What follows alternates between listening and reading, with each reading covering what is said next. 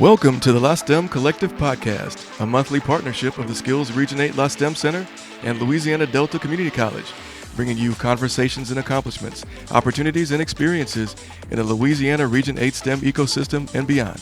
And now, here are your hosts, Ryan Pierce and Cathi Cox-Boynule. Hello, everybody. Hey. And so they're looking at the screen and going, wait, is Cathi morphed into two people? No. I'm not in my normal position. This is so different, but, every now and then you have to change things up, right? Shake it up, keep everybody on their toes. And so we're not in our usual area. We're in, can I call this Studio C, Studio D? Studio D for Delta. There you go. I like that a lot better. Again, you have tuned into the right show. This is the SCILS Region 8 LaSTEM podcast, and I am Ryan Pierce. You see Cathi on the screen in pink, and then we also have a special guest with us today, and her name is Misty Moore, and she represents Louisiana Tech's. Did I just say that? You did. You did. I was like, I didn't realize you were there too.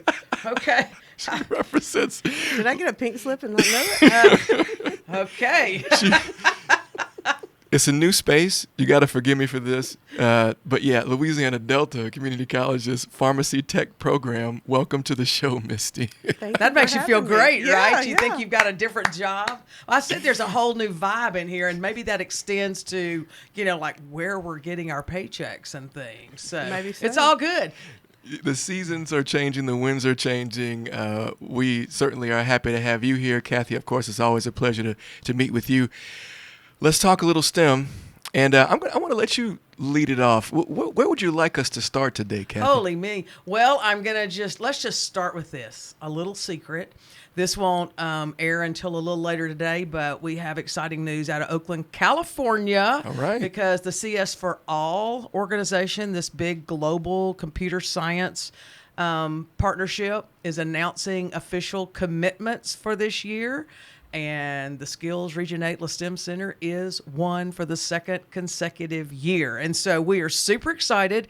We'll be pushing that out once we get the official go. But anyway, y'all are the first to know that awesome. we are in the mix again. And of course, we'll talk a little bit later about our CS for You program, which is what our commitment's all around. But super excited about this. We love partnerships. And so to be able to partner with a huge global organization and connect with other entities across our country as well as other spaces beyond America and have our little STEM center in part of it, that's a big deal for us. So we're starting off with some pretty cool news. That's a huge win. I love to hear that kind of news. And it just seems like this initiative and what we're doing here, slowly but surely, is growing and growing and getting more acclaim now, not just regionally, but nationally as well. So this is excellent. Yeah, and we have been so intentional about making sure that we have our footprint in all of the parishes that we serve. And so I had one parish that was our last one. We have a contact now. Last time we talked about we wanted to make sure that we were in all of our parishes. Now I have a contact.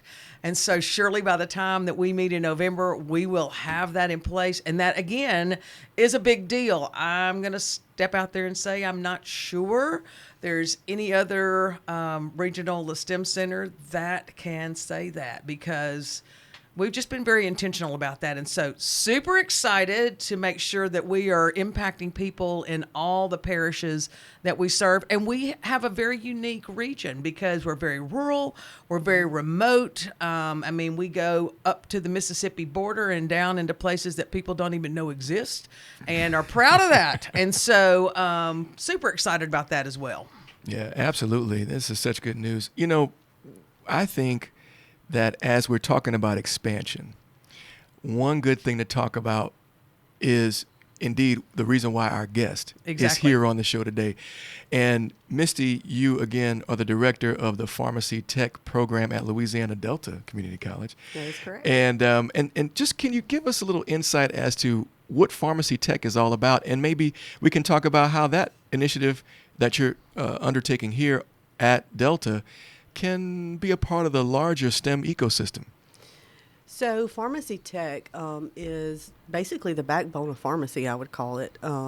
We go in, we assist the pharmacist, we help from A to Z, filling prescriptions. We, talk to patients. We become partners with patients and doctors and hospitals, and just take care of them, and their patient safety is our number one concern. We assist the pharmacist in so many areas of pharmacy. It's growing by leaps and bounds. So as pharmacist roles grow, so do our roles grow. And so the Board of Pharmacy sees that as we're expanding, we need to have some more knowledge. We need to have some more education. Now, you can still get a pharmacy tech permit and certification without going to school. It's a lot harder, but you can do it. So we started this program because there was a need. There's a shortage, and this was pre-COVID. There was a shortage of pharmacy technicians, and then after COVID, we were one of those first-line people that we didn't shut down. We were there. We walked the walk. We went into the trenches. We did all of it. And when they got sick and left the doctor, they came to us. And so we kind of had to pivot as pharmacy, and we're still pivoting. We're still trying to figure out how to do it. But it's a great role. It's a great job. And so we're super excited. But because we launched during COVID, I think a lot of people don't know we have this program. We are an advanced level program, which means when these students graduate, they're ready for hospital, they're ready for retail, they're ready for any type of pharmacy that there is out there. So I'm going to jump in here because when Ryan said we were going to have you on the show, I got really excited because when I was in college, starting at the very tender age of 18, I was a farm tech before it was a thing. Way back. I know it. That's people are going, what? But it's even back then, exactly what you're talking about. We were in step with the pharmacist. We were doing it. I probably was doing things I shouldn't have been doing, but it was awesome. And it fueled my love for science. And while I loved the science behind pharmacy and what was going on with everything back there, my personality was such that I wasn't going to be able to stay in behind the counter all the time. But I dare say I would not be sitting here today had I not had that experience, because it just generated such enthusiasm and interest in me for all things science. And so the fact that we are here talking to you today about this great program at Louisiana Delta Community College that can certify folks to go out and have a great STEM-related job. Listen, in Region 8, the number one need for STEM jobs is healthcare. That's right. And we were talking earlier, and I said, we talk about healthcare. Too many people think, I've got to be a doctor, I've got to be a nurse. And now you can say physician's assistant or, whatever. No. That is the tip of the iceberg. There are so many other critical jobs, really good jobs, that we can funnel folks to. And so the fact that you've got this, we're talking about it, this becomes important for us to share the news so that young people can make an informed decision about something that could have a huge impact on their life. Yes, and COVID actually, before, we were kind of struggling with our pay. We carry a big load in the pharmacy, as do our pharmacists. And so during COVID, I think people realized, hey, farm tech's pretty important, and so our pay has increased. And, I have students that just have their permit that aren't even certified, haven't even finished school, and they're coming out making $16.50 an hour. That's incredible. It's incredible, That's almost like Bucky's level pay. Yes. But you know what I'm saying? I came out Yes. of public education, and I don't think I made that, Yes. when I first started teaching. So the fact that would be entry level, and then they're just going to advance from there. They do. And it's so meaningful. Even my limited time in 8 years and doing it part-time, oh my gosh, so meaningful, dealing with people, helping them with their health. It was just awesome. It really was. Yes. And you become part of those families, because like I tell my student, you have to have a human side. You have to have that caregiver side. You have to have that loving, wanting to support patients, because a lot of times they come into the pharmacy, they've been sitting at the doctor, they've got bad news. You're the first person they're going to see. Probably and scared, yeah. Right. And they're going to come to you and say, okay, hey, what does this mean? What is this medication going to do to me? What are these side effects? How is it going to work? And I tell you, I have stood outside a pharmacy and cried with patients. I've prayed with patients. I've loved on patients, and they've done the same for me. I can't tell you how many of my patients now that I'm not in retail or in pharmacy anymore working that still keep up with me. And like, hey, I know you're killing it over there. How was things, just checking on me because, had it not been for me starting that job at 25, 26 years old, I was in the legal field, and started pharmacy, and it just grew my love. And pharmacy's been great to me, and I just want to put great people out, and it's my first love. I love it. And when I think back, and Ryan, feel free to jump in anytime because we're just having a good old time over here. It's a great conversation. I'm just listening and enjoying it. One thing I was going to say that I loved about it, because with every minute that you spend in it, you learn a little something else. And so I would leave every day knowing more than I knew coming in.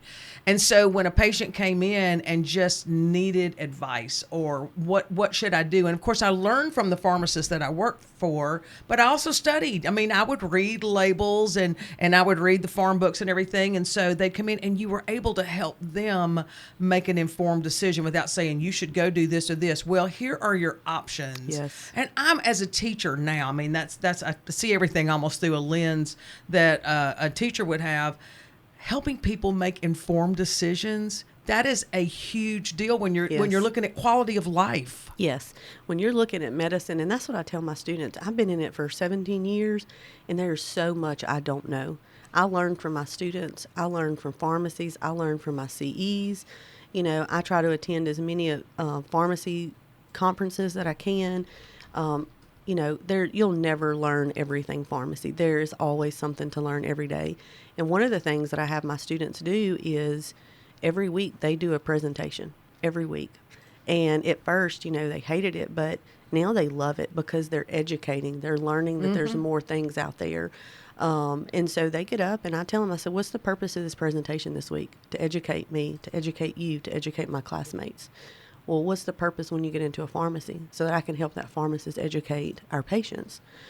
Because you're right, like we're putting this stuff in our bodies and, we're taking this medication and, it is science. You may react differently to a medication than I will.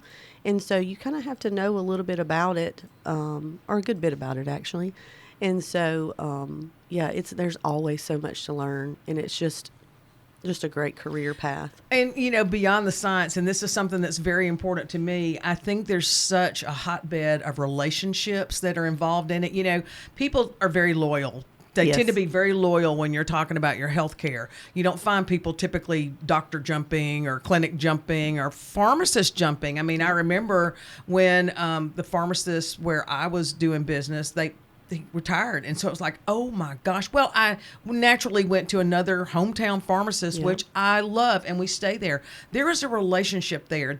Listen, we call on the phone, and when we order it, they know immediately, and they go, we'll send it right to the house. It'll be in the basket. I mean, we don't even have to tell them this relationship piece. So on top of the rich STEM relationship there is the human experience. And I got to tell you, after spending all these decades in education, the human component of it cannot be overstated. You were talking about the presentations and them knowing they were educating somebody and educating this. When you're able to put your head down on your pillow at night and know you helped one person. That's right. Or you made a difference in one person's life, man, that is gold. Yes. That is gold. Yes. And that's what I tell my students. You have days where you can't do anything right, it seems. You have patients who come in there and they're so angry, but they're angry at life. They're angry at the diagnosis they just received. And it may be the worst day, but you have that one patient that comes in and just loves on you and reminds you why you're there, and you just forget about everything else. So it's very much a relationship, and just the human side and taking care and supporting people and helping make decisions and educating people. Technically we can't counsel people, but you can educate without counseling. You can assist without counseling. Right. Now we're giving shots. Well, we have to be educated on how we give those shots, So there's a lot to it, but there's definitely a love there, and, I enjoy it. Yeah, apparent richness to the job. Yes. It's not just one thing, one facet. You're not just behind a glass wall, just filling prescriptions and assisting. You've described so many things. My question to you then is actually twofold. You mentioned that there's a shortage, and I'm curious to know, you may not have numbers, but are there any projections or anything that we can lean on that would further encourage individuals who are considering this career path, that want to be engaged? That's kind of my first question, is what is the real demand? And then second question is, go back over one more time, if you will, the skill set that's required, because we're talking about counseling, we're talking about, relationship management and customer service and all these different things. And, we want to make sure that people know what they're getting into, because sounds like you have to be cut out for this. It's not enough tools in your toolkit for sure. Yes, yes. And that's the beauty of pharmacy as well. Maybe you don't want to talk to patients every day. Maybe you don't want to be that caregiver. Maybe you just want to go and make a difference, but you don't want to have to associate with people. There are so many areas of pharmacy. You can do prior authorizations where you sit at a desk and deal with insurance companies and doctors' offices and patients. There's mail order pharmacies where patients we pack it up, we get the prescription, we send it to your home, we bill your insurance, we take care of everything. There's specialty pharmacies where, there's a HIV pharmacy here in town that does Hep C and HIV, and that's all they deal with. And they make sure those patients have their medicine. It doesn't matter if there's a snowstorm coming or if it has come. If there's no electricity, we're going to make sure that you have your medication. And it's a closed-door pharmacy, so you don't see people. Then you have hospital where you could be making IVs for the NICU. I just went to St. Francis 2 weeks ago and toured their pharmacy. And they have a small pharmacy inside their NICU, and they, make all these medications for these babies, and they work with a team. And then you have just I'm going to say the regular hospital pharmacy. Not that any pharmacy is regular, but where you send, patients their medication while they're in the hospital, or maybe they're there getting treatment for something and you have to take care of that. It's such a wide area. I have a friend of mine who is a office manager at a pharmacy. She deals with contracts and setting up new nursing homes and things like that. So she's had to come back and get some business, and my time as a pharmacy trainer with Brookshire's, I spent probably 3 years traveling and training all of our staff. And that was great. I got to see the business side of it. That actually led me back to Delta to get a business degree because I wanted to see the business side of it, and I enjoyed that. So there's definitely a need. The problem is COVID just burned us out. It was tough. There's probably burn a lot of people out. Yes. And there's probably, to answer your question, Ryan, there's probably 2% of pharmacies, and that's just a guesstimation. I haven't looked that up, but that is fully staffed. I have pharmacies calling me every week. Hey, do you have students? Do you have somebody you can send me? Because we just can't pull in those people that, the educated people, the people that can, come in and be willing to do the job. The job's not easy. It's a tough job, but it's very rewarding. And your second question, did I answer all of your first questions? I think you kind of did. Yeah, and I was going to say one thing I love that you brought up there was that there are different areas. Tons of areas. We all are wired differently. We all have different interests. We all, kind of have different passions. And to know that, okay, I think I'm interested in pharmacy, but I'm not... to know that it could be this. I was reflecting back when I taught biology 2, which was A&P, when I was in still teaching, and I wrote a grant so that I could take all of my students off campus for a week, and they were in small teams that rotated through 5 areas of the hospital in Ruston. And they went through the ER, and they went through physical therapy, and the lab, and radiology, and the business office. Well, I had one young lady that just knew she wanted to be a doctor, but she fainted every 5 minutes or so in the ER. She just could. And so they called me down there, and she was all upset. She said, I know I've disappointed you because, and I said, no. This has nothing to do with me. This is all about you finding your spot. When she got to the business office, she loved the business office. And I said, how great is this that after this week, you can still be a part of healthcare. Yep. You're just going to be in a place that fits you best. And so hearing you talk about these different areas of specialization in pharmacy, you could have someone that's like, ooh, I'm interested in that. I'm not sure I want to stand behind that counter all day, but look at this. You could do this, this, or this. And so I think that's phenomenal.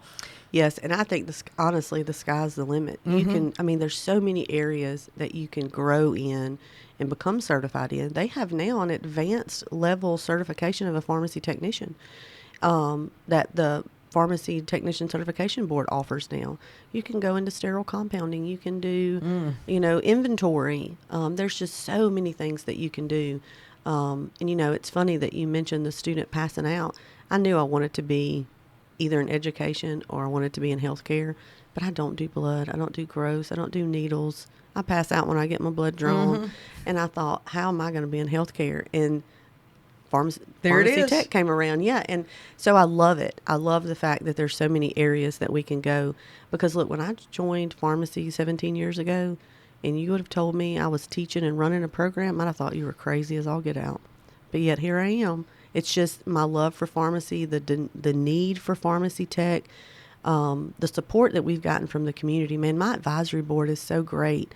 We have the hospitals and several pharmacists on there, and they know, hey, we need this. We're not going to have enough pharmacy techs in 5 years, 10 years. We're not having enough pharmacy techs now. Yeah. And so the requirements for a pharmacy technician and to get into our program, was that your question or just in general, Ryan? Actually, I want to back it up, because Okay. if we've got kids that are in middle school or high school and they're thinking, oh man, I've heard about this. What is it? What kind of decisions do they need to be making then? We've kind of quit focusing on waiting till high school, because we want those middle grade students to think about what they need to do at the high school level in order to pursue whatever their dream is post that. So what kind of decisions do they need to be making at that level? And then, yes, what are the steps once they get out to get into the program? I would say just do a little research. Go talk to your pharmacist. Go talk to these pharmacies. And just get a little knowledge of what you're doing, because again, there's so many areas.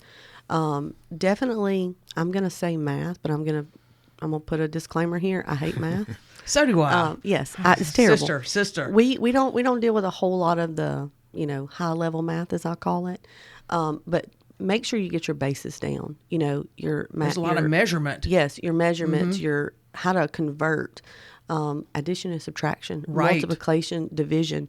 I can't tell you how many students that we've had come who are great technicians, but they need that little push of math. One of the classes that we have our students take is just basic biology. So if you can do that as in dual enrollment, you can come out ahead of the game and a little bit cheaper. Medical terminology, all of that, SIGs, terms that we use that other professions don't right. typically use. Any type of thing like that would help you. So for us, you have to have a 16 on your ACT for math, or an acuplacer score that's equivalent to that. I'm not sure what the new acuplacer so that's score. That's not a math big is lift. It's not a big lift, right? And then English, you just have to have a 17, which is what we have to get into Delta Community College. And so those are the two scores I require. And we offer some tutoring in our program. So if you get in and you're like, I just don't get this, we keep our classes small enough, because even if we have the limit, we're only going to have 20 students per class, because we want to make sure that we're putting out good students. We want to make sure we're putting out educated students and students who know what they're going in there and doing. And so we have a pharmacy calculation class that you take. We have an intro to the healthcare class that you take, basic A&P, medical terminology, and then freshman orientation, which all of our students have to take. So that's your Right. first block. And then the second block, we focus strictly on retail. So we do pharmacology, which builds upon that biology. We do pharmacy lab, which is all retail. You learn everything there is to do hands-on. We have pharmacy practice, which teaches every aspect of retail. And then we have intro to pharmacy technology, because technology we do everything on a computer.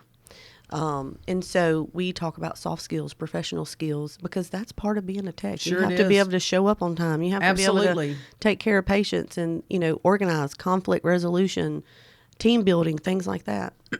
And so that's the second block. And then they get their 200 hours in a retail setting. Their third block, because we're an advanced level program, we do sterile compounding and sterile compounding labs. So they learn everything hospital. So interesting. Yes, which is compounding IVs, things like that. And then we have one class that all we do is prep you for the national exam, which is the Pharmacy Technician Certification Board. So we focus on that, and we cover everything.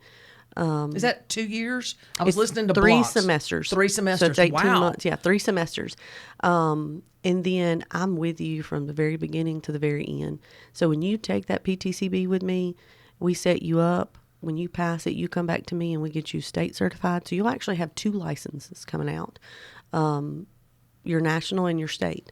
And so I help you with that application process and everything. So you're never alone. I set up all of the clinical hours. We do everything. And I kind of throw in, I'm a little sneaky sometimes, but our campus, we're on the West Monroe campus, and we're very competitive. And so we've done a door decorating contest. And I told my students, I said, I'll pay the money for you to do it.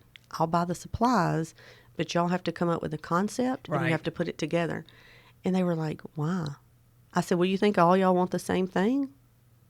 No. I said, it's going to teach you conflict resolution. It's going to teach you team building, and it's going to teach you to think outside the box. Because I told them it had to be a Halloween pharmacy. Like it I had to be a love that. pharmacy related I love thing. that. And so it didn't even dawn on them that they were having to actually do work that was going to Yeah, teach them some yeah. soft skills. So that was a lot of fun, and they did a fabulous job. So it's not all, your nose to the grind, but we do hold you to a very high standard over there. And I'm going to add this. I actually wanted to laugh out loud because we were just doing an icebreaker for a professional development I was doing with teachers on assessment. And one of the questions on it was, has made a 30 on their ACT. And so people came running to me, oh, Miss Cathi, well, you made a 30 on your ACT. I said, no. I said, you just had to have a number back then, and I took it the morning after junior prom. So, no, it was not a 30. But what I was thinking about was we have a lot of kids that feel beat down when they don't make a 30, a 31, a 32, Yes. even a 25, whatever. And they think, I'm never going to be able to have a good job. You have been describing a great job, Yes. a great job that is going to take them places. I was thinking every community has a pharmacy. They may not have a big grocery store, but they're going to have a pharmacy. They have lots of them. So there's going to be places to work, good places to work with a great job. And so I am totally pumped about this. Yes. And I'm going to go back to that because a lot of people, we just had some high schools come through, and they got there a little early. So I'm a talker. I love to go talk to I students. wouldn't have known that. So I went up and I'm like, You've met your match. That's right. Well, that's great. So I went up to him and I was like, hey, how many of y'all know what you want to do? And a few of them did. And I said, well, how many of y'all know you want to come to Delta? And they're like, no. And I was like, why? And they're like, we don't want to come to a community college. And we have a bad, I'm not going to say rep, but like people think, oh, well, only the ones that can't get into a 4-year degree come to a community college. Let me tell you, there's people coming out of our community college that are making way more It's exactly money. right. Yes. That's and part of our message. We're letting people know that. Yes, and I was that mom. Like, I didn't go to college until after I had my kids, and my kids were in school. And so I told all my kids, you're going to college. You're going to get a degree. You're going to do what I didn't do. And my son was against it from the get-go. And he did not go to college, but he's making over $100,000 a year in Exactly the right. electrical field right now. Exactly and so, right. I really want to remove that, oh, if I go to community college, my scores aren't good enough. Look, my class right now, A+ class. It is my best class so far. All 4 of those students could have gone to any college and done phenomenal. I mean, they are the highest ranked class I've had so far, score-wise.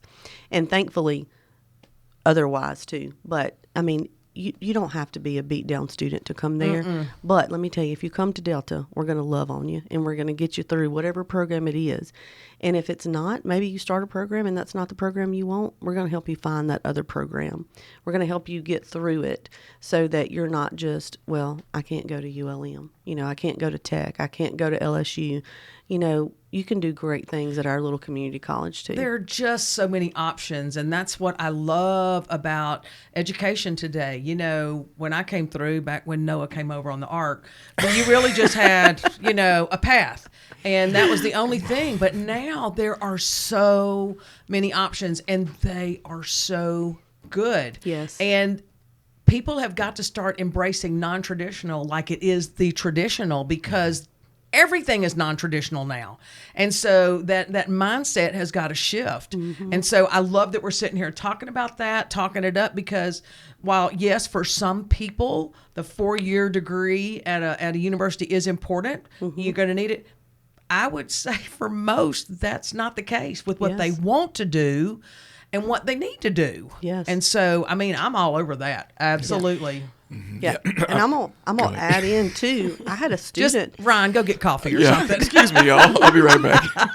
I'm gonna add in too that I've had students that are like, look, I know I want to go to a 4-year degree. I know that this is what I want, but I don't want to work in a fast food. I don't want to work until 10, 11 o'clock at night. I have a student that just finished my program. She was certified before we had her pinning.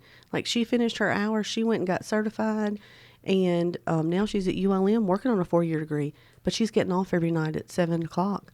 And making good money. And making great money to support herself through her 4-year degree. And should she finish that 4 degree and decide to do whatever is attached to that 4-year degree, there's going to come a time when she's like, oh, I want to do something else. And she can go back and do this other thing and do it part-time or do it full-time, whatever. Listen, that goes back to tools in your toolkit. That's right. How well, I mean, as I tell kids all the time, you want to be able to market yourself and not just have one thing that you're attached to. And so I am all about that. Yes, I tell my students, you need a plan B.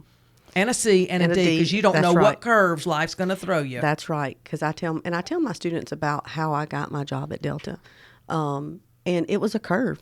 I thought I had the dream job as a trainer. I thought, man, I'm loving life, loving pharmacy. We restructured, got rid of that position, and that led me back to Delta. And I was so angry at pharmacy and, just the generalized, I can't do what I want to do anymore. And let me tell you, that dream job is nothing compared to what I'm doing now. See? Yes. So People you have to learn. You got to get out of your way. Yes. And let me tell you, I'm a panicker. I'll panic for a few seconds, but then I'm going to pivot. And it's going to be good. So I have those plan A, B, C, D, because I have different tools in my toolbox. And so I'm trying to give my students those tools as well. I've heard a catchphrase, people believe it. You can panic, but then you need to pivot. That's right. That panic needs to last just long enough to think about which direction am I going to pivot. Yes. And that's a good way to look at things, because life is nothing but a bunch of ups and downs. That's right. Around it, I mean, we're all going to fall, but we want to fall forward. That's right. So that moment, it's okay. This isn't exactly what I had I hate to bring in a funeral, but That's okay. I had a friend that that we just buried a couple of weeks ago, and we were in music at college together, and she had married in about 1985, I guess. By 1986, she had been diagnosed with a brain tumor. Oh, wow. And so she had been dealing with that for all this time. And the statement that was made at her funeral, which I love, they said, she didn't live the life she wanted, but she lived the life she had. And sometimes you just take whatever that is, that curve, that whatever, embrace it, pivot, and go. That's right. And that's a life skill in itself. That's right. If being it doesn't able to scare you, you're not doing it right. That's right. That's right. So, if I can have the mic for just a second. Absolutely. Okay, baby. I don't know. I'm kind of enjoying this female empowerment in here. You just turn knobs. That'll work. It's been fun. It's been fun playing engineer the whole time and getting myself together. And but you said something important. With a lot of important things. We talked about pivoting, and probably right now is the time in the show that we should pivot. Just a little bit. But Misty, we want you to stay engaged with us as we talk about and we review some of the things that have happened in the month of, or in late September and all throughout October. So if you'll take that journey with us, sure, we'll cover those in short order, and feel free to chime in as you wish, okay? Because this is educational for us. It's awareness of what's going on at the LaSTEM Center. This is probably your first interface with us. So now you're going to get a taste of some of the stuff that's going on. Awesome. I'm excited. Let's do it. All right. So I'm not sure, based on your where you're sitting in the building or in this small room, but I'm going to put up on the screen the Facebook page that is SCILS Region 8 LaSTEM Center's Facebook page. And what we're looking at here, it looks like, what can you tell us? I want to say it's CS for you, but is it really? It is not. Okay. It is not. So we had an individual from Shreveport that works over at Sea Perch reach out and say, we want to establish a partnership and do some of this mission to Mars training so we can reach more people, because there was an eclipse coming up. We've got all kinds of cool stuff going on in the sky. Over the next 6 months or so. And so we hosted stakeholders from everything from libraries to scouting. Other parishes drove up because they just needed someone to host. Listen, we are all about some partnerships. That's why we're sitting here today. Delta is one of our premier partners. And so when someone reaches out, our answer is typically going to be Yes. yes, unless we're just physically not in that space. Of course, you saying yes to everything doesn't allow for too much break. But let me say this. The reason why I stayed right on this picture Yeah. is because I see food in the picture. You got Milky Way bars and Three Musketeers and all that other stuff. And I know it's 10 o'clock or almost 11 o'clock by the time of this recording. Yeah. And I should have eaten breakfast, but I Is didn't. it making you hungry? It's making me very hungry. Well, they were actually doing something to simulate what it's going to be like when they drill cores on Mars when they get up there. So they're coring into the crust. And so it was just kind of to facilitate a discussion around that. So, yes, everyone, they had a little straw thing. And so the whole point is when you get down into it, you can look at the layers of the solid. And so they did it with different candy bars. And I just kind of went off to the side and took the Almond Joys and ate them. Look at that. Almond Joy, Reese's. Yeah. Well, there you go. You try to do it with an Almond Joy, you hit an almond. That's an issue when you're trying to drill. Reality. So, yeah. So that's what it is. Wow. Look at this. Yeah. And that was an icebreaker. There's my partner, Missy Woolley. There on the right. And so, that was it. And it was fun. And so now what we'll do is we'll redeliver. There was our facilitator. And so this, again, it's just to build more awareness around the space program and what the new goals are. Louisiana has got a facility down in South Louisiana that actually is NASA based and creates parts of rockets and stuff like that. And so there are jobs in our state that, hinge around this, but they're hoping to reignite interest in the space program. It looks like a lot of people having a lot of fun. There was some fun going on. You can't turn off the lights and have a bunch of adults in the room. There's your adult ed, Ryan, and it not be a little fun. So anyway, and that's my boss, Lindsay Keith Vincent, there on the left. She came in to participate as well. She's always looking for ways to leverage partnerships. And so I'm sure the whole time she was thinking, wonder if I can write a grant and we can expand this or something. So, yeah. Absolutely. So can you remind us just a little bit on this next picture here? What the Facebook page does, it just never hurts to say it over and over again.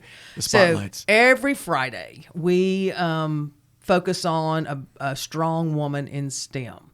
And so we look at different women that are working in different areas of STEM, and it's just to expose young people, even adults, because our statewide initiative is Girls in STEM. And so this is just one way for us to kind of get that word out there. And so this was our Friday feature on September 29th. Yeah. Look, she studies lizards. There's going to be some kid out there that's like, I want to study lizards the rest of my life. Right. Look at this. We want to encourage everybody. It's not like we have special access to a page or graphics that nobody else has access to.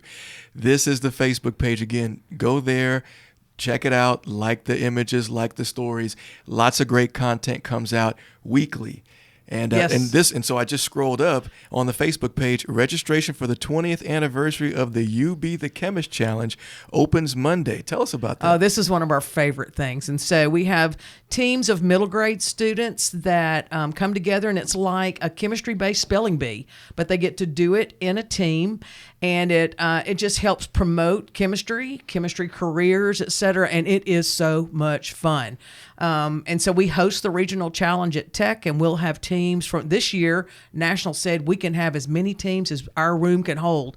So previously we could only have 8, but we are going to have a bunch more than that this year because it just allows more kids to engage. And so super fun. And I got to say this too, and all the marketing materials that have gone out with CEF this year, they chose to use one of the Lincoln Parish teams from last year, actually the ones that won the deal, and it's gone, like national over and over and over again. So we've gotten, a lot of publicity from that as well, which has been fun. Now registration opened October 2nd. Registration is underway. And so make sure, I'm sure that window's closing soon. So everybody make sure if you want to be a part of it or people that want to be a part of it, please. And if you're not sure if you want to be a part of it, just give me a shout and I'll explain to you why you do want to be a part of it. How about that? Absolutely. All right. Maybe this Maybe this is CS for you. It is. This was our A. Phillips. Yeah, this was our very first one. So for people that don't know, because Misty's going, what is this?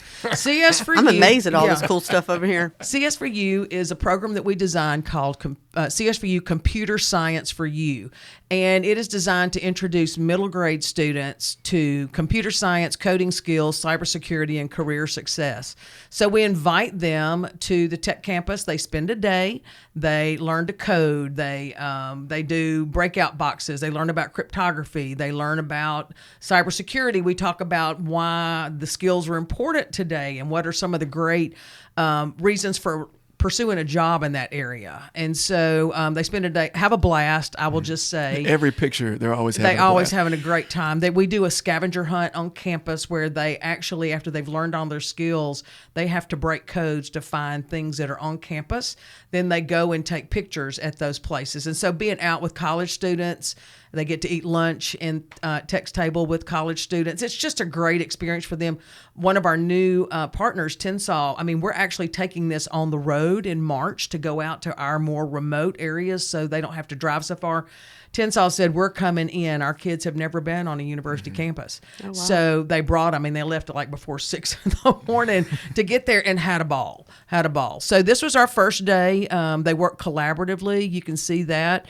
Last year it was just for girls because we were kicking off our Girls in Girls in STEM. It's the new location. It is. But they're like, we've got to get our guys involved in this. And we're all about equal opportunity. So I think where I was going with skin is we need our guys to have skin in the game too. Mm-hmm. So they're a part of it as well. Look at that. I love that picture. Look at the youngin' on the left. He's like, whoa, what's going on? Love it. Well, and it goes back to when you talk about, there's a challenge that's put in front of you. Not everybody is confident enough to meet that challenge. They think that I can't do it. And all of a sudden they start discovering that not only can they do it, but this is actually some fun stuff. And I want you to look at this picture. The individual in the middle, that's actually one of our You Teach Tech students. They came in and assisted us. And so these are kids that are getting a dual diploma. They are actually getting a major in a STEM field, but they're getting certified in education at the same time. So one day, like we talked about, if they get tired of doing whatever it is, they can go back and teach this in high school or middle school or whatever, which is awesome. So they were in there working with the kids. They broke out of the box. There you go. And in the box, there's a prize. You can see they get little Rubik's Cubes and stuff like that. So all STEM related. Yeah, absolutely. Deal with one of those. I think I saw a commercial or some special that, who could solve a Rubik's Cube in the shortest amount of time. There's Guinness Book of World Records competitions that are out there all the time. Don't quote me on this, but I think somebody was able to solve a Rubik's Cube in maybe 15 seconds. Yeah, that would not be me. It's unbelievable what they can do. Let's look at some more. What are we looking at? Oh, this is more CS for You, but these are This is Caldwell and Tinsall. Yes, our two newest partners. Tinsall is on the left, Caldwell is on the right. And we wanted to celebrate them with their own post because this was their very first engagement. And so just powerful stuff. They brought I don't know how many kids up. That bunch from Tinsall that came in early in a caravan was crazy. But y'all, what great stuff. And we're so proud to be doing this. And it's just one of the most fulfilling things. Look at that room full of kids. I would ask you, Cathi, you have facilitated and or taught CS for You so many times. Mm-hmm. Are you a computer science expert? Oh, now no. No. I have always been the one to open the door and let the kids run through it because y'all really, at the end of the day, it's about empowering them and allowing them to see that they've got the confidence to do whatever it is that they want to do. We want our kids in Region 8 to believe they're every bit as capable as anybody else in the world of pursuing one of these areas if it's what they want. We're not trying to focus. We're not trying to force them into it. Yes, and I love that you just say that because a lot of students, when they think about science and mathematics and engineering and technology, it's a little, what's the word I'm looking for?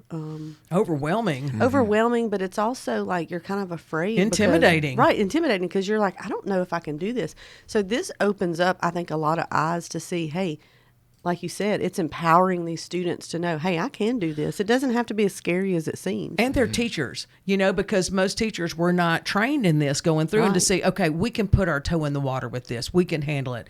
So it's about opening doors and windows to the future. And again, one more note, the CS for You educational aspect of it all, it's not just in front of a computer.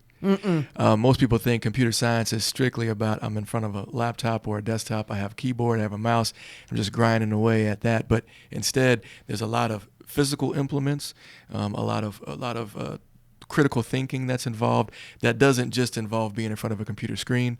And for that, I can definitely say I appreciate that. And more young minds need to be exposed to this kind of thinking. And it's very collaborative. I don't know if you've noticed looking at the pictures, nobody's really working in a silo. We want them to understand that the world they're going into is going to expect them to collaborate. And I know you've led to that. And they have to be able to communicate. Listen, when they're sitting there trying to break out of that box, they want to do it first. They want to do it quickly. And it takes coming together and everybody bringing their gifts to the table in order to make it happen. And that's a life skill right there. That is a life skill. Again, always good to hear about the wonderful things that the SCILS team is doing and how it impacts everybody across the I-20 corridor, all across North Louisiana. As we go forward, more women in STEM. More women in STEM Love every it. Friday. Every features. Friday. Yeah. And then That's CS for You. Look, this was Martin Luther King. Neville Junior High School out of Monroe. They booked 2 days this year. 2 days. Yeah. So the teacher that you see on the left, she actually went and participated in one of our partner summer activities. She went up to New Jersey with the KidWin project. And so she is training teams for our new KidWin challenge that we're going to have. And it's actually going to be on the ULM campus in Monroe this year. Oh, wow. So, yeah. amazing. As we'll go through the pictures, again, the usual, right? Which it never gets old. Engaged young minds solving complex problems. Look at the young man that's kind of at the top of the picture. Intent. He's not the one with his fingers on the keyboard, but he's part of that process. And he is thinking so intently on what they're doing. What is our next move? That's right. I love that. You can see more of our You Teach. Yeah. So we just celebrate Neville Junior High School there. And then there's another one of our Friday features. There we go. Now this says... Oh, my gosh. That was us at the LaSTEM Summit. Yeah. Down in Lafayette, right? Down in Lafayette. I was going to ask right. about that. Originally the calendar that you provided to all of us, all the partners, I think back in September, maybe even August, had one CS for You on it for October. I see that you did 3. We did a full week, yeah. This and three. I'm thinking 3 separate, and then this was also on the calendar, and I was wondering if there was going to be any coverage on it. And there it is. And because I actually was wanting to go down there and participate, but my schedule got a little hairy. So how was the LaSTEM Summit? Well, the limited part that I saw, we had a table in the LaSTEM Village. I think that's what they were calling it. They probably wanted to try to contain the directors, and so that's what that was all about. But so we had lots of people come through. This was me participating in the locale presentation where they have done a STEM literacy kit, and they kind of based it off the James and the Giant Peach STEM kits that we give out at the Peach Festival. So they've got pictures of me up there on the screen. This is where we did an introduction to CS for You, and so we took these educators, professionals, whoever, through components of it so they understood what the kids had to do. And so that's one of our participants. There they are. They're doing Code a Picture, which, again, it's unplugged CS for You, if you will. And so they're going through the paces just like kids would. And they were apprehensive just like kids would be. They're like, what is this? There we are at our table trying to look professional. Or at least eager. Well, that worked. We drove down that morning, so yeah. Ooh, yeah. Lots of coffee. Yeah. I don't drink coffee, so anyway, our whole team is in that picture. But and anyway, so don't try to do it. But anyway, for those that don't know where the different regions are for LaSTEM, you see it on that map, and there we are in the extreme right corner at the top, and you can see Lincoln Parish is in Region 7, but we serve ourselves, so that's okay. Why not? And more breakout sessions. That was Lindsay. She was talking about our use of Coursera, which I didn't mention with CS for You, but every kid that leaves CS for You has access to an online suite of courses that they can work on at their own pace. test their self-motivation, for those that are really eager. And then our ones that finish are celebrated at our mini summit at the end of the year, where Ryan got a big award last year. My favorite award, still to this day. Awesome. All right. So I think that about covers I think so. I'm everything. tired. Yeah, all of the events that happened. But I think there's also some talk. We need to talk about what's coming up that doesn't have pictures or documentation yet, but that we know is going to happen. And one of the things that's been on my mind is an opportunity for educators to learn more about robotics. But in this case, it's not robotics on land. It's robotics underwater. That is right. Can you tell us a little bit about what's coming up November 14th with Sea Perch training? Okay, so we are doing a second, maybe a third Sea Perch training. We are part of the inaugural push out of the Sea Perch Challenge. We are hosting a Sea Perch Challenge at Louisiana Tech. I mean, I think we're like one of maybe 2 sites in the state, 2 or 3. Look, we'll step off in anything. We have great confidence. But anyway, it's going to be amazing. And so we have schools. Ryan's got some of these robots, and I'm not really sure what path they're taking with that, but we've got scouts, we've got 4-H. And so they are going to build these underwater robots, and then they will come to the challenge early in 2024 in the natatorium at Tech, and they will have a grid, a maze, or whatever, just like you would do for on-land robots. But it will be able to see if they can get their robot to follow the path. And, of course, it's a challenge. It's a competition, so we'll have winners and all. But it's going to be a great learning experience for all of us, another great collaborative effort. And so looking forward to that. But we're giving people opportunity to come get trained again if they didn't make it through the first time. Right. And so you asked, what are we doing with it? So the plan is slowly forming. I'm loving it. But I will be there, because remember, on past episodes I've complained, just tongue in cheek, like, hey, where is the STEM education for adults? We want to have fun too, and this is going to be my opportunity on November 14th to come to Tech's campus and to really enjoy and engage with everybody. So let me tell you this. It's interesting you said that. Initially, this was designed to be for middle school, but we had some people like Ann Case Hanks over at ULM is working with one of the high schools in Monroe. So because of demand and because we like to pride ourselves on being flexible and meeting the needs, they said, can we possibly have a high school competition? So we've got 2 or 3 high schools that are actually going to be involved, as well as the middle grades, which I think is awesome. And so that came from a push with one of our universities that was working with high school students. So a good thing. Yeah, a collaborative effort all the way around for SCILS, but also being able to pivot. There's that word again. And so we are always appreciative of the support. All of us, all the institutions of education across the I-20 corridor that are served by SCILS, we're always appreciative of the way that we feel included and that resources are given to us, and that if we ask, generally we shall receive. Okay, so I'm going to pivot one more time because Ryan texted me and said, wear a pink shirt. So I wore a pink shirt today, but it's for a very specific reason. We are still in October, even though we're at the end. And so we've talked a lot about healthcare and our farm tech program over here. And this just reminds us that our work is never done. It's Breast Cancer Awareness Month, and there is a lot that goes into supporting breast cancer awareness. A lot of people focus just on the financial gifts, but there's a real big education piece. And I dare say that your farm tech students, when they get out into the real world, they're going to be counseling with people that have come in from that diagnosis, or they have to have a specific medication, or they're not feeling well after that. And like, what do we do? And so this ties in nicely to the discussion we've had about pharmacy technicians. Yes, and we did just celebrate that at the college. In pharmacy, we actually put on, again, we're pretty competitive at our college. There's nothing wrong with that. We put on a raffle for our faculty and staff, and we raised $300 as faculty and staff to donate, and we did a basket, and we promoted it and had a day set where we tried to educate. Because, men and women, both, people always think, oh, that's something for women. No, there's men that can get that. And I don't think a lot of people realize that. So we tried to educate that. We had little pamphlets set out, and And so, yes, this is a great reminder too, that if you have not gone and done your yearly checkup, you need to go do it. One thing I found interesting, Richard Roundtree, the original Shaft, just died. And I was reading some information about him and just stuff that I hadn't thought about in a while. And he had breast cancer. And so that was one of his real legacies. It was breaking down the myths and demystifying that and saying, y'all, this is not just for women. And men can get it too, and you can recover and go on and be fine.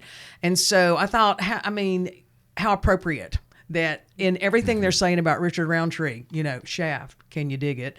That they were bringing that up, because in October, what a great legacy for, a cultural icon. Yeah, and it's a really scary, the C word itself is pretty scary, but just like most things, the quicker you catch it, the easier it's going to be. Panic. Yes. Then pivot. That's right. Panic and pivot. Then pivot. That's right. Exactly right. You never know what's going to happen. That's right. And so it's always important. You got to take care of yourself first. If you don't take care of yourself, you can't take care of anybody else. I love the awareness that comes with this initiative and during this month.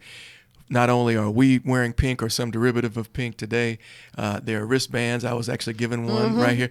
Thank you, And I have one Misty. for you, Miss Cathi. Thank you, because I was like, I don't get one. Yeah, Ron's got yours. Yes, I have it. Look, I'm gonna hand it over to you. Okay, and I'm gonna wrestle it on. Here we Yes. go. And I'm going to shout out another department at Okay. our college, Kayla Raines. She runs our EMT paramedic program. She actually purchased about 200 of those to give away out of, as part of our day and Awesome. part of our basket. So, we all have someone That's right. that we know, that has fought the battle, has won the battle, has lost the battle. So I think it's great that we're bringing that up and putting spotlight on that as well. And continue to fight. That's right. Continue to fight. That sounds like an excellent segue to a close. But I didn't want to close without first asking, are there any other things that y'all want to mention that are coming up in your areas, coming up for SCILS, coming up for pharmacy tech, any initiatives, anything like that? I know there's one. Go ahead, Misty. you Then go I was going to say, I just have a question. Good. Something we didn't talk about, but something that as a SCILS team we support. How was Spooky Science this year? Oh my goodness, Spooky I heard it was Science Night. Was it like fabulous. awesome? Because Halloween is next week. I'll be at Monster Mash tonight. So was it just everything and then some? I have to say that I would want someone else that was closer to that initiative to be on the show. Maybe we can bring them on I would next love time that. around. Because I had to actually step away this year and I had to take care of some family things that particular night. But I've seen pictures on Facebook. I've heard from folks, and they said it was magnificent and always a big crowd. There was a picture on Facebook, and gosh, I should have been prepared, where there was a young boy, and his mom was holding him up, and they were looking through the lens of a relatively large telescope. And Mr. Frank Boone, he was the one, yeah. our dean of instruction. He was the one that had it all set up. And I don't know if they were trying to look at Saturn or what exactly they were looking at in the sky.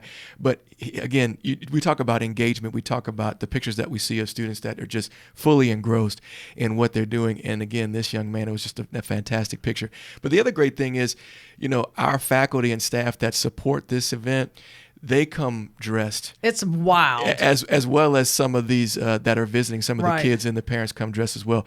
And there's all sorts of things to do across a lot of STEM disciplines. But, next time around, maybe we'll have to have Mr. Boone come And on. maybe we should do that, because I'm thinking, and then we'll get back to what you were going to say. I think it would be great to talk next time about how special events help us shine a light on STEM. And so we can do it in a non-threatening way that welcomes adults and kids alike in to say, oh, I want to be a part of this playpen, and so let's plan to do that. We'll talk about special events, and we'll focus on Spooky Science and some other wild things that are going on. I actually want to challenge Misty, our special guest, that if you could imagine, and you don't have to answer this right now, but imagine how would you engage, junior high and high school students to understand better what's happening in pharmacy and pharmacy tech career specifically.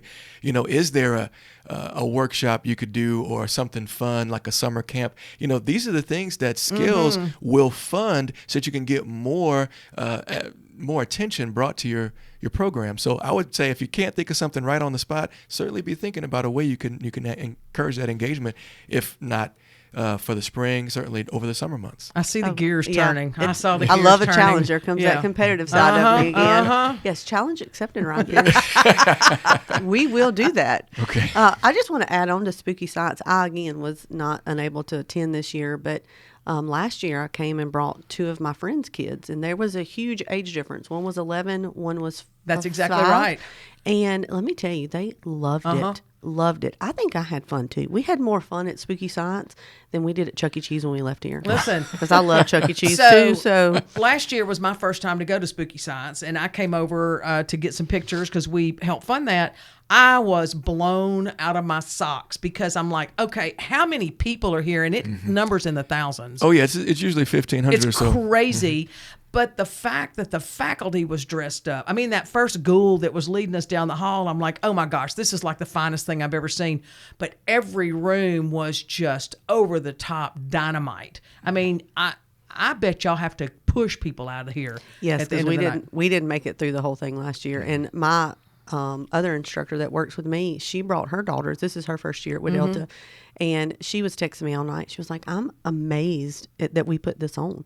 And we do a great job of putting it out there. But yeah, we came at 5 last year, and we were leaving when it was over, and we did not see everything. So See? it is phenomenal. STEM is everywhere, everywhere, everywhere. Well, with There it that is. being said, you hear the music. We're going to get out of here. Thank you, everyone, for joining us for a jam-packed Awesome. special edition Thank you for of having me. Skills Region 8 LaSTEM podcast. Misty, we're so appreciative of you. Yeah, And you're in there now, so I'm in there. I love it. There's I love no it. going back. Yep. I love it. All right. I'm Ryan Pierce. And You don't Cathi know who Cox. you I don't are. even know. Who have I been? Who am I? Sayonara, everyone. Bye. Bye.